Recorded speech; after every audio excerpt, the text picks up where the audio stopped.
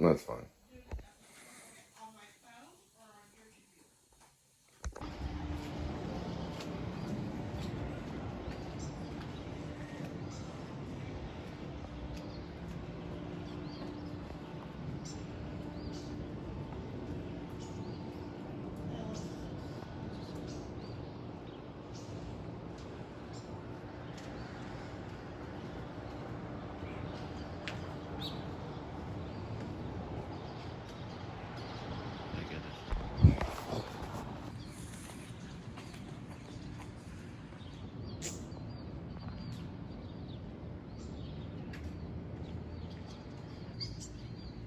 Way she puts a donut in my teeth.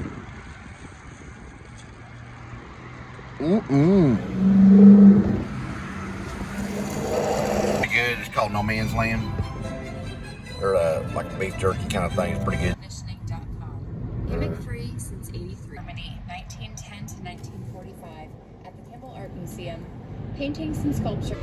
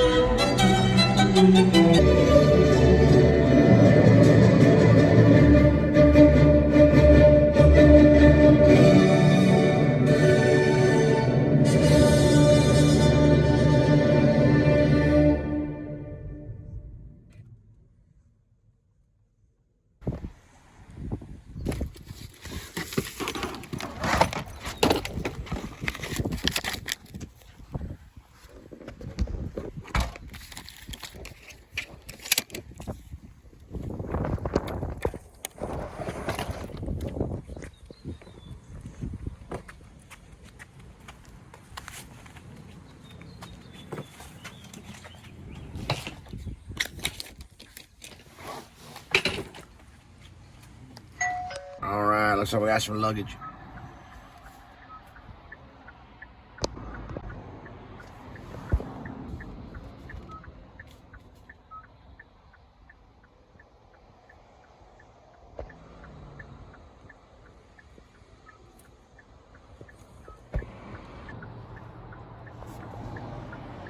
These are all the selfish assholes in the world that you have to deal with every day. Take a good look at them. Look how fast they go. They're all burning your gas and destroying your planet because they love to destroy.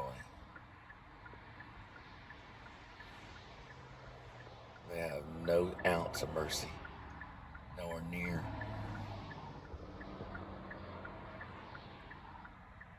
What our Messiah, who I am. Yeah.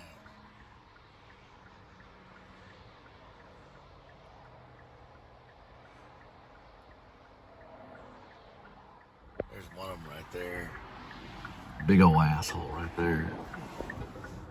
Fuck you.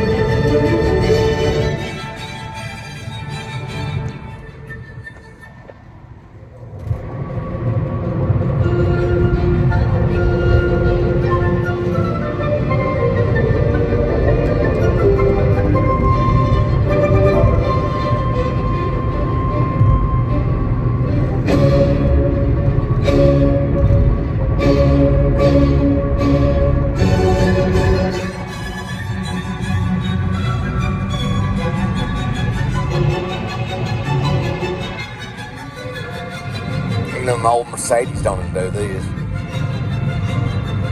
It's because they don't have the technology. This thing has the technology.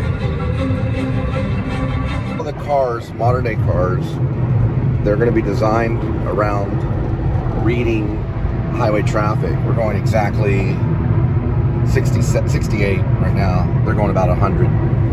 Now, this is Duncanville. This is where Elliott Smith is from, but I want to talk about cars that drive themselves. So, cars are pretty much driving themselves now. What they're going to do is they're going to advance a lot of these vehicles, or they'll just completely drive themselves. So they'll go out of your driveway. They'll come and pick you up if you're at Disney World and you're in the parking lot, or say you're at Six Flags over Texas in Arlington, because I'm from Texas. And let's say you're in the parking lot, you press a button, and the car just drives to pick you up. You get in the car, you don't even really would need the steering wheel. It'll drive, you just put the destination in, it'll tell you, you'll say the average speed that you want to go. Right now I'm going 67, and it'll just drive to where you're going. So cars right now are pretty much programmed to drive themselves. Now, when I went to was it North Carolina or South Carolina, whenever I took my family, my wife and 3 kids, we went to Folly Beach just to look at the beach, and we went through Georgia too, and we went to Savannah. A lot of these different areas we stopped by and stuff. I filmed a lot of it and turned it into a feature called Once in a Lifetime. It's also another short, or there's part of a short called From Now Until Morning, and they're on my channel as well. I have a feature film and a short film too. But what we did was we took a Toyota. We rented a vehicle. We didn't want to take the Kia because I was already in the service industry at that point. We had about $2,500 on a American Express Propel card. And we're like, you know what, let's go on a vacation. I'm like, okay, kids, everybody get in the car. The 3rd kid was still in the belly of Angel. So Angel had the 3rd kid in her belly. And David and Elizabeth were just very little. And that's the footage that you see in Once in a Lifetime. That's David running on the beach. That's my son. Elizabeth is in it a little bit. Now, the Toyota did drive itself to a certain degree. It was called assisted driving. And this one actually has radar, so watch what it does right here. You can kind of see it a little bit. What it'll do. It'll actually slow down on its own. I don't have my feet on the steering. I don't have my feet on the brake or anything. I'll go back and show you right here. My feet are like right here. You can kind of see them. Now it does want you to every once in a while check in, because it has sensory.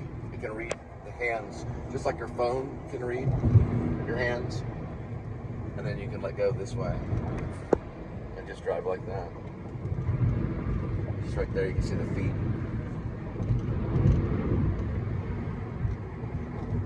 There.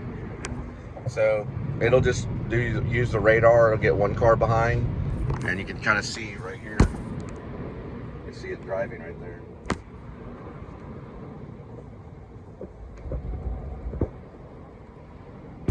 So a lot of the cars are going to be advanced like that, and they're going to drive themselves, and that's going to be cool. People are going to be reading. I'll start writing novels and stuff. I'm on the road so much with delivery. I'll probably break out my laptop and finish up my novel while it's actually writing, you know. While I'm writing. I'll be writing while I ride. And I'll probably do a lot of that too in the future when these advance. All these vehicles advance. This can constantly update online too. This vehicle had its own GPS system and everything. Pretty cool, huh?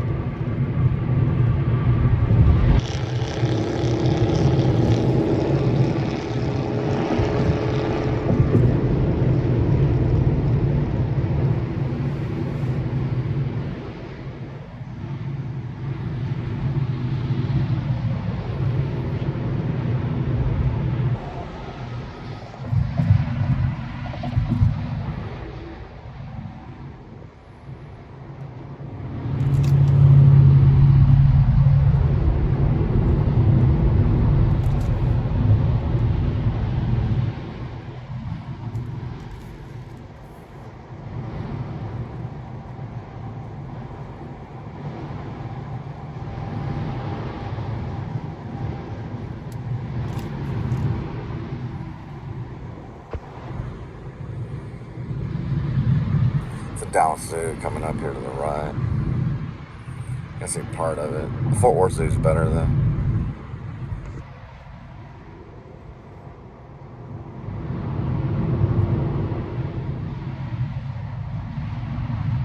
Probably there's a lot of zoos that are better than the Dallas Zoo. It's not their highlight.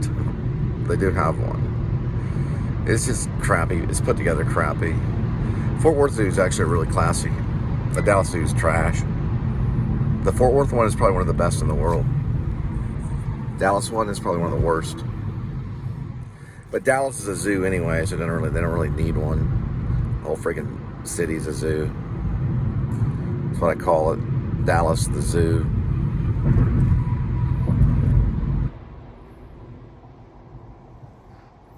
Dallas the Zoo.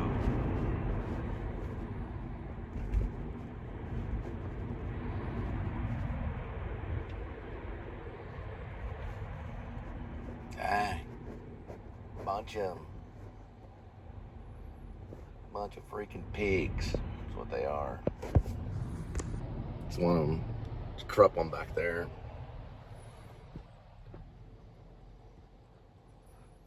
I use a Spiritus Monday to find out all that information. It's called the Unified Field, which really exists.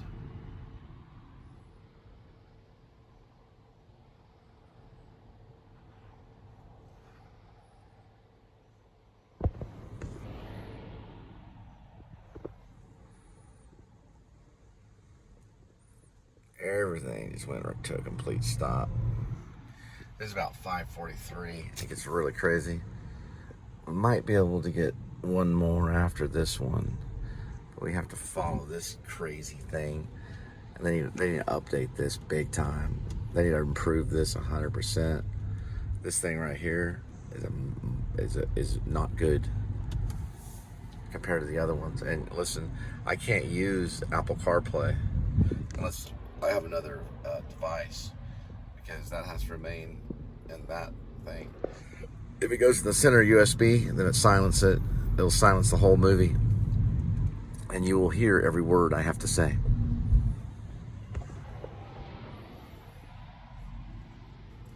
Now we're gonna have to figure out what this wants us to do.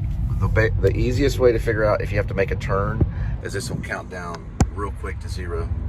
It'll start getting into 800 feet, 700 feet, 600 feet, 500 feet, 400 feet, 300 feet, 250 feet, 200 feet, 150 feet, and so on, all the way down to 0. That's the best way to know that that you're gonna have to turn. Other than if it got a blinker, like if that started blinking right there, you would know. See? Now you can see this trace right here of that road right there, so you can tell that you have to stay that way. But look how that's going like that. See the difference? See how difficult it is?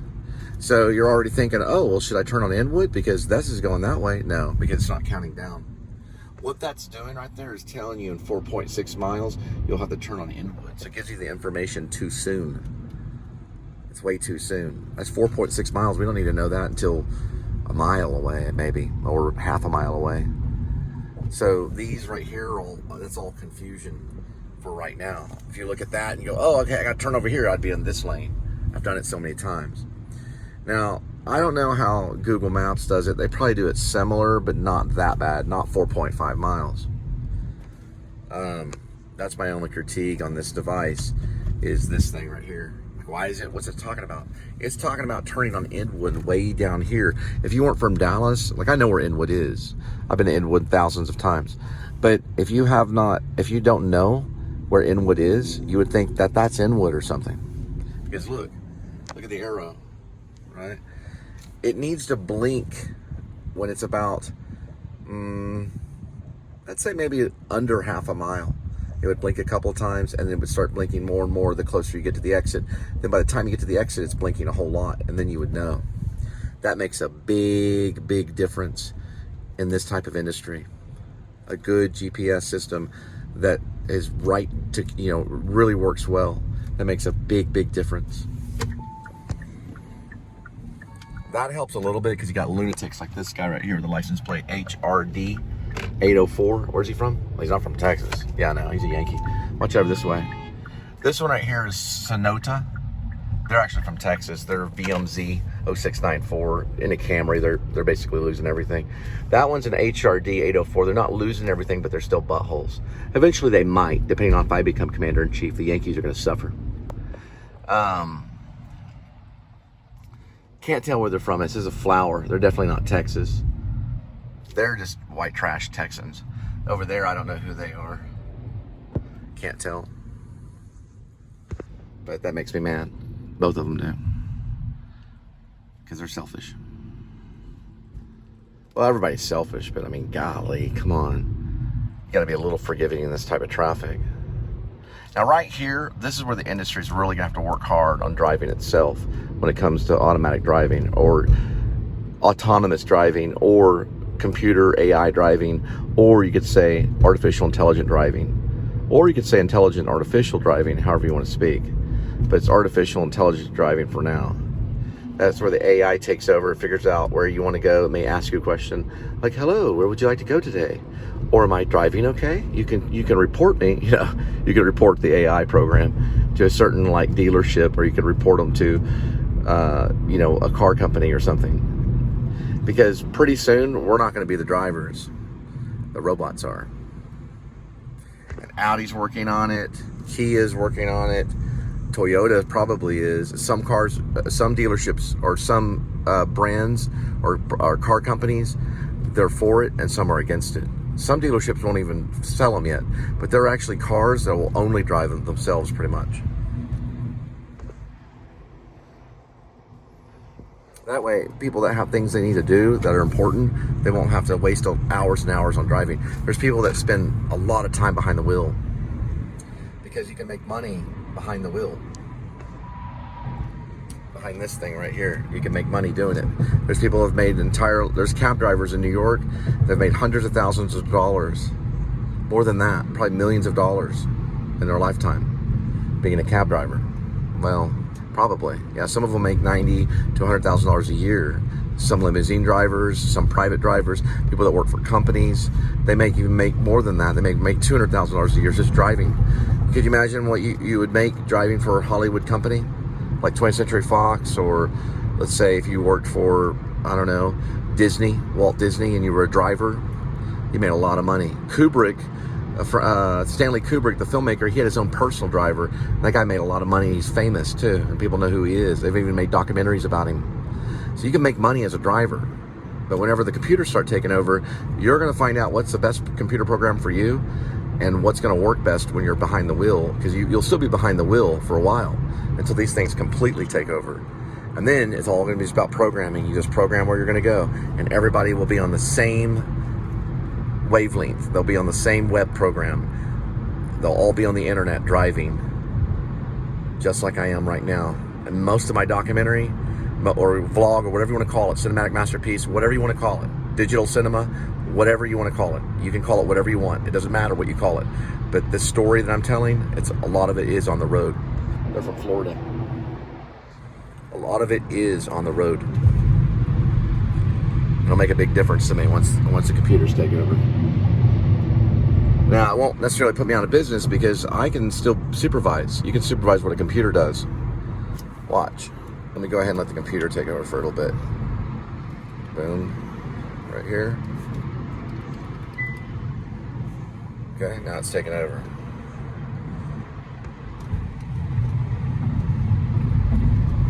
See, try to make a turn. Now, did I make that turn, or the dealership did? Did I do it, or the Koreans? Because usually it doesn't do that. There's a World Trade Center. Dallas has its own World Trade Center right there. Let's watch what it does. We'll monitor. We are watching, Kia. Now it's making the right moves. Now it wants you to put a hand there, but really all you have to do is just go like this, you know? All right, we got to turn off here and get to the airport. Once you hit the brake, then the computer turns off. It's an actual computer. It has an artificial intelligence and everything, and it can be programmed to do certain things. All right. Once I get out of all this highway stuff, then I take over. And that's probably how it's going to be for a very long time. Because when you're close to close, bumper to bumper, in the suburban area, you turn off that steering wheel only or whatever, steering wheel, automatic steering wheel. I guess computer steering wheel, whatever you want to call it. And then you take over.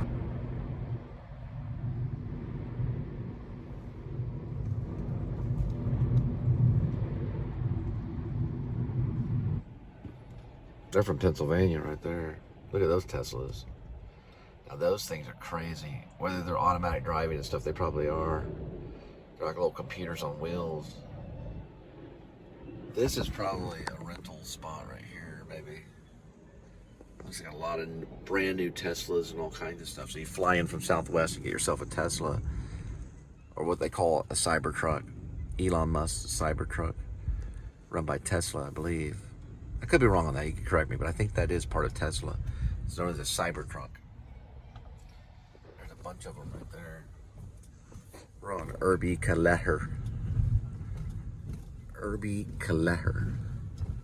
Some will say Kaleher. There's probably 15 different ways to pronounce it. Oh, it's Herb. Yeah, Herb Kaleher. Herb Kaleher. Herb Kaleher and Cedar Springs. Going to Love Field.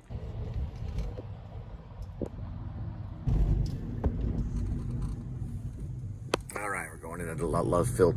Dallas Love Field's a little bit different. It's a little more private, and it's not necessarily busier, but there is kind of a quickness to it. You're in and out quicker than the DFW. The DFW airport's like a zip code, while the Love Field one, it's a quicker thing. A lot of people in Dallas will use Southwest to get out, and they can go to other places in the nation, probably almost all 50 states.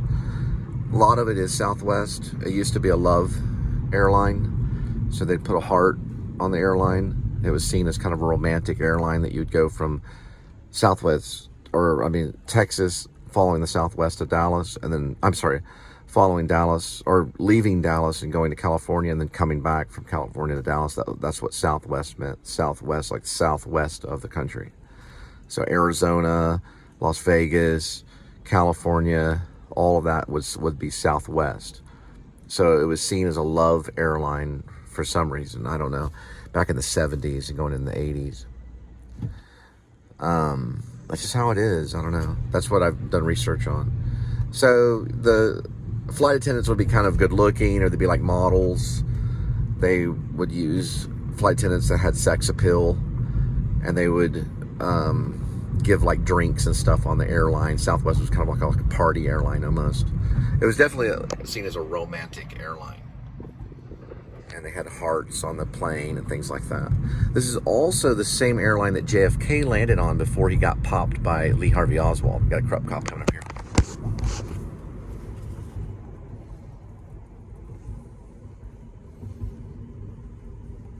8824.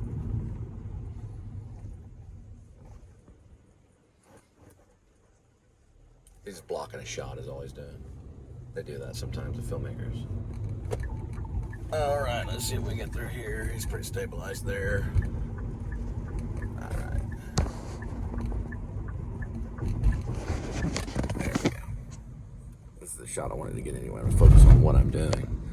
So this is a Dallas Field. Or they call it Dallas Love Field. Sorry, they call it Love Field. And yes, JFK did land here before he got popped.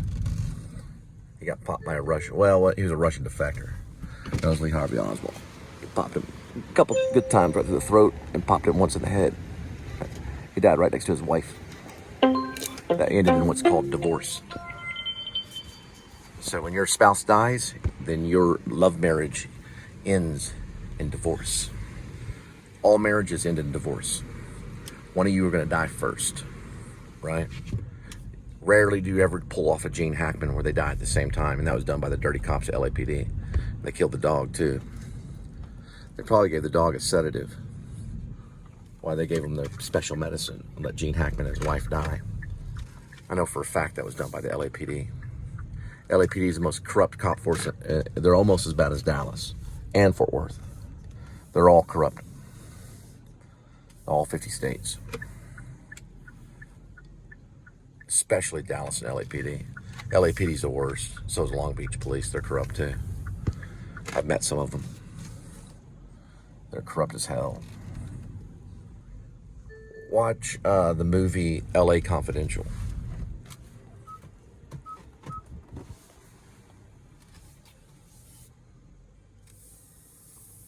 Believe me this, I'm not a cop. Nor do I want to be. That's the last thing on earth I want to be. But I am a pretty strict actor. So was Gene Hackman. Until the cops killed him.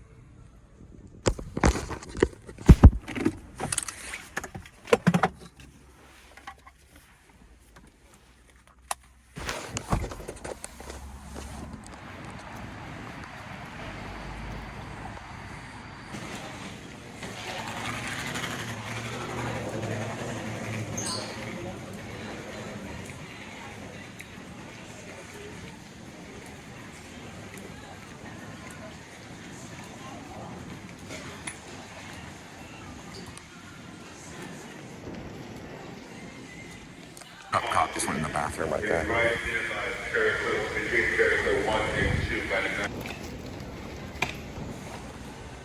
Well, a fake cop showed up, DA, at Dustin English's house, and guess what? They didn't make the arrest. So those dangerous drugs will probably flush down the toilet. They're probably drug cops trying to seize the drugs so they can resell it.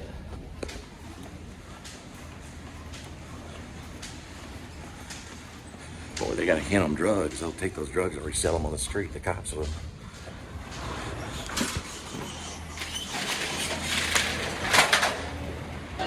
And by the way, I have ocular proof that there was a drug pipe there, by the way.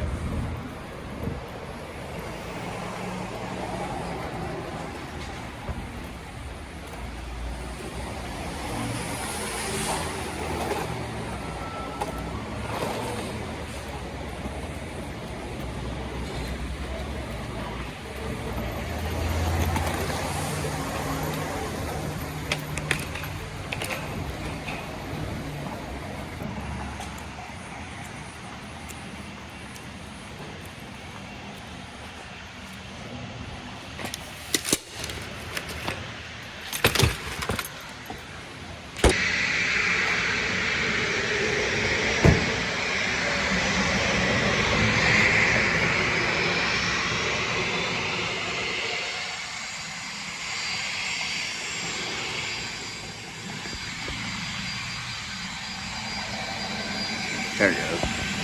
That's a Southwest plane. They used to put hearts and stuff on it, but it was seen as a romantic airline. Nah, it's a Southwest. They still probably had a little romance in it.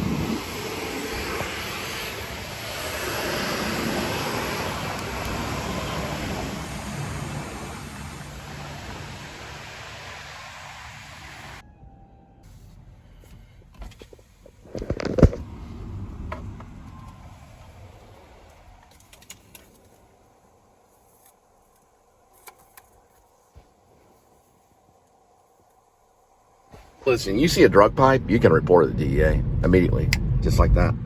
You don't know what's in that drug pipe, and drugs are highly illegal in all 50 states, especially if it's like a crack pipe or some type of drug pipe, right? It's called paraphernalia.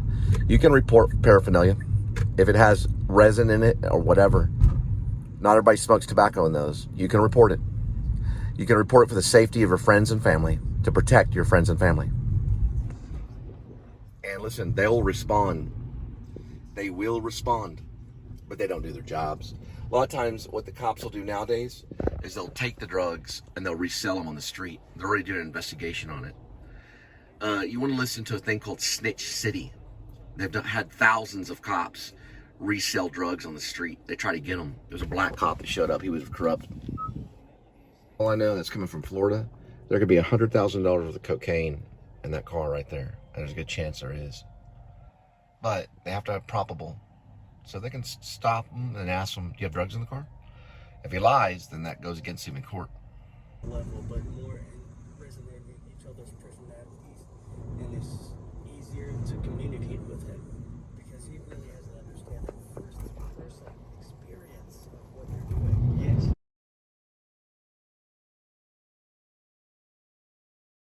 Now, This is radio. You can't see what's about to happen, so I'll set the scene a little bit. The encore begins with just the orchestra, and then partway through, Francisco Fuyana enters from backstage, and he encourages two fellow violinists, Emi Tanabe and Olivier Gros, to really let loose. Jeanette Sorrell conducting Apollo's Fire in this special encore, and this begins with the galloping final movement from the Don Quixote suite by Georg Telemann.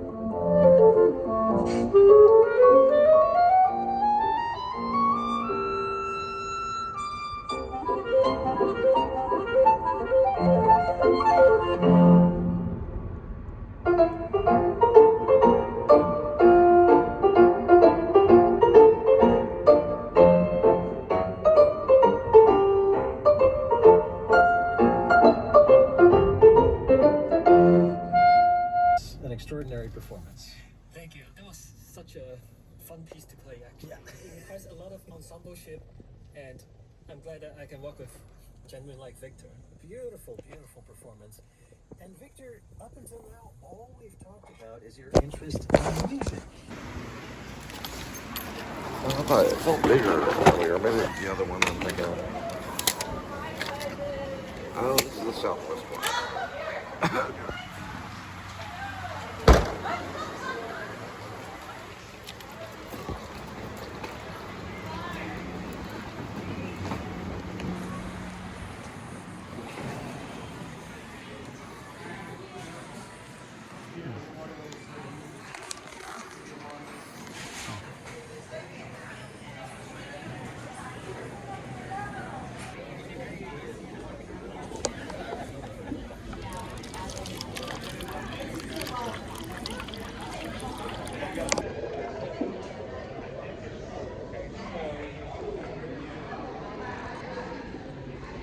Oh, wow, they got some cool artwork here. There's a Marriott. Got a ballroom. Let's look at the ballroom. Yeah, got a few business meetings in here. Doesn't look like they have anything going on right now other than coffee. Sometimes they have coffee. And they don't, but they do have sweetener. The sweetener's always like super sweet. What are these things? Oh yeah, these are cool. These little things right here. What are these? Find out later. Oh yeah. It's a pretty cool ballroom right here. Oh yeah. A little bit of cereal. You know, I haven't had cereal in a while. This is where they have breakfast right here.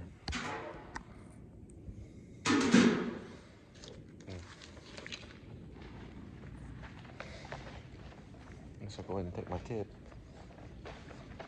Oh, I almost forgot. You don't want to forget this.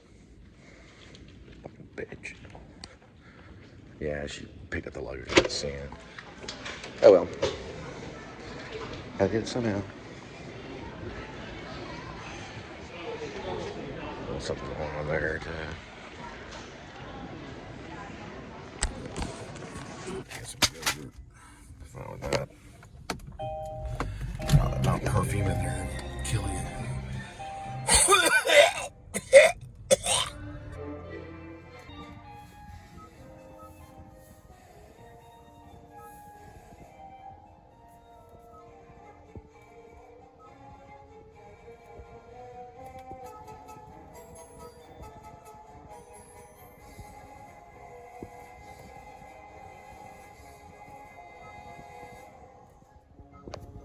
There's the office of the Texas State Senator, Angela Paxton. She's right by orthodontics.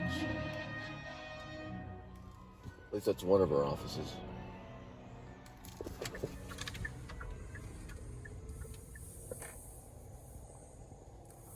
Probably someone I might meet one day.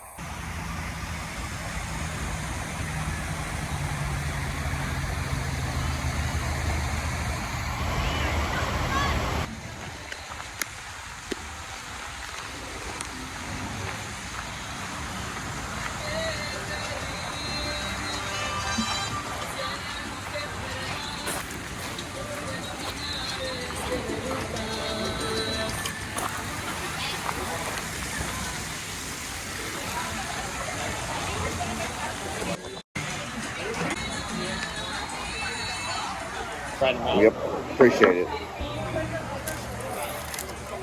So, first mistake. You always do the liquids first, even if it's water. That's very, very important. You always want to do the liquid or the drink first, then bring the food. But that's okay. We'll wait. Oh, thank you so much.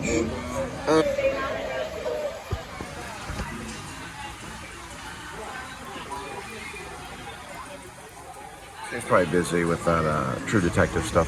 I thought the only good one so far that I've seen is the one with Matthew McConaughey. There's no way she's better than that one. But she could possibly be the Eternal Affairs officer in the novel that I'm working on right now.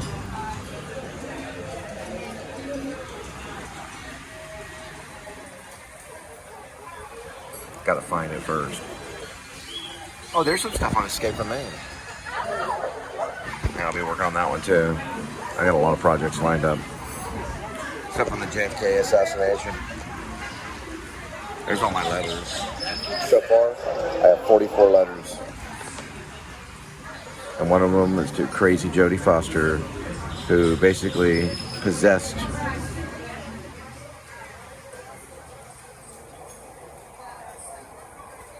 Hinckley to kill Reagan. She's a demon known as a Jodie, or a Jodie. David Lynch studied it.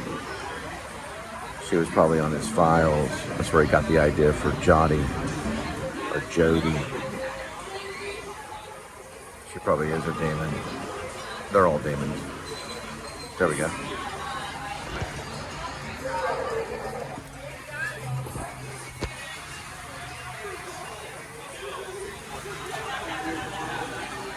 Got it right here. I always work, what I do when I'm doing the novel is I work in the novel category first. It's got the whole novel in one category. I always go by numbers because that's what makes it a novel or chapters. Oh, thank you so much. Appreciate it. You're the best. Appreciate it. Then we go to 72.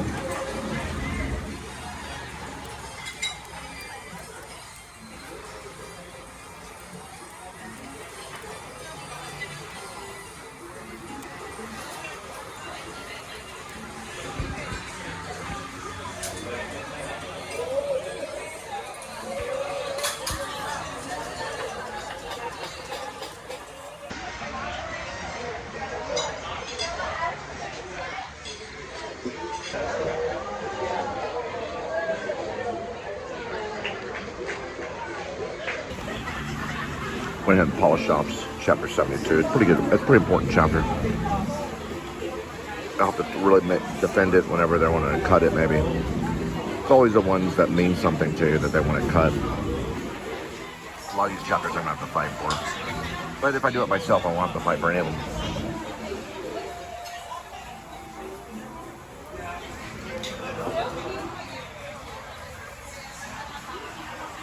Now what I want to do is try to do the hardest part of it, highlighting without a mouse. I don't want to highlight the entire thing because it's over 72 chapters. So I just want to take this right here at the bottom and highlight it like this. Without it stopping. Alright, so I finished up chapter 72. Okay? So chapter 72 is finished. I don't know how many mistakes I made, but remember, a lot of those early posts from chapter 68 to 71, I forgot to put in process. That means it needs proofread. So I'm not saying that all this is in stone. I make mistakes as a writer, just as I make a lot of mistakes as an actor. I might put were rather than where, or I might put a wrong word. It happens with me. The story's there, and that's the important part. So if your story is good, they'll still take it, even if it's got some spelling errors. All right? Mikachina, best chips around with hot sauce and good service way out here, wherever the hell I'm at. Trying to figure out where the hell I'm at. Probably Allen. There's Brio Tuscan Grill, but you don't get free chips there. Well, you don't really get free chips, but I was waiting for somebody. Brad Pitt never showed up, so oh well. He'll probably show up eventually. You keep calling them, they'll eventually show up. By the way, this is a phone. None of them have called me yet, but believe me this, they will.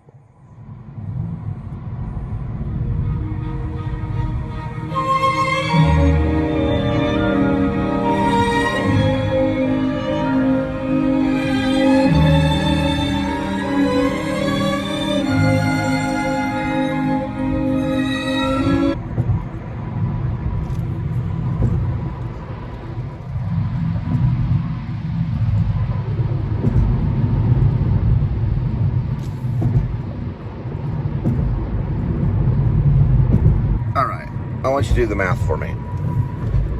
There is a Mikachina's in Allen, Texas, right next to P.f. Chang's. Go to the Mikachina and put in how far or how many miles to DFW Airport. Then put the DFW Airport to the Colony.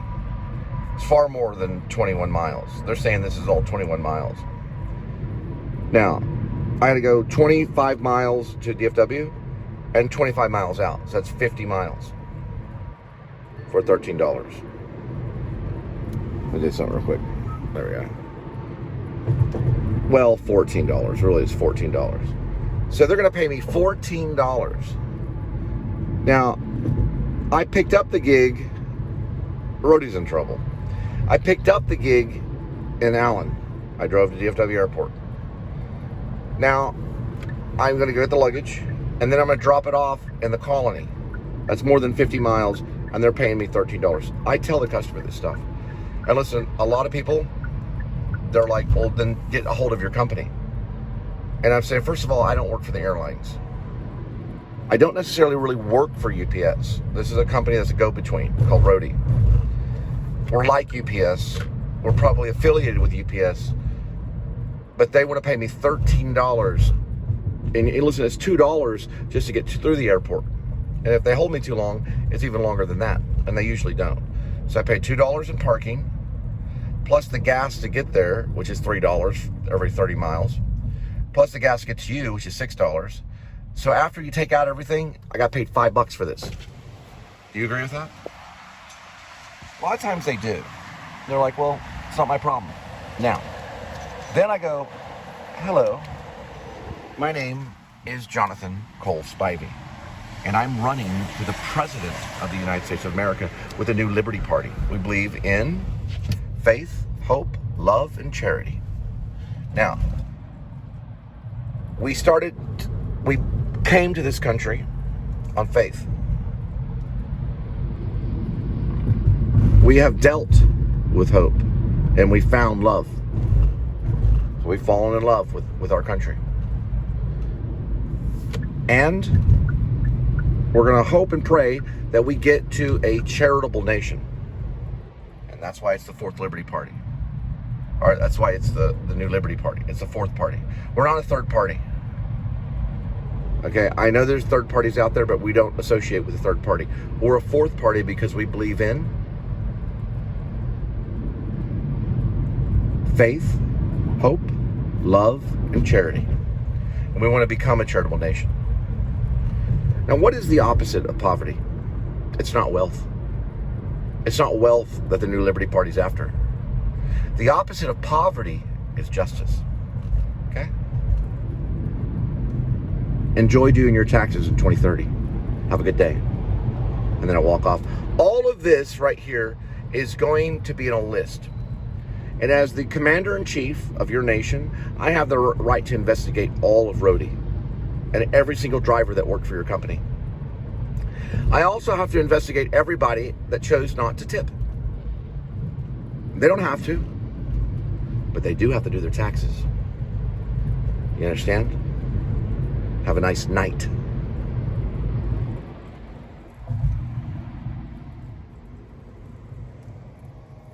Remember, the opposite of poverty is not wealth. We're not after wealth. We're after justice. Listen, if they drag me in court, I could go up in front of any judge and say, listen, if I would have filed these taxes and gave you the money that you wanted me to give, I'd be out on the sidewalk. And I can prove that. Here it is. Here's the proof. If I would have gave you the money that you wanted from me, which I've never in my life ever made more than $35,000 a year. I've only come close to making $35,000 a year. I've never made anything. That's nothing to people. $35,000 a year. That's just over the poverty line. And you want me to pay you $400 to file my taxes? $400? Yeah. Do I look like a millionaire? There's millionaires that don't even pay $400 to file their taxes. Most of them don't. Most of them don't pay anything, right? Including your God that you worship, the new Messiah, supposedly, right? Who's a piece of crap. His name starts with a T, right? And I'm not talking about Jesus, because his starts with a J. What I'm talking about is the opposite of poverty, and it's not wealth. The opposite of poverty is justice. And that's what we're going to get in the New Liberty Party. And I don't care what nation you come from. You understand? We're still going to get our justice.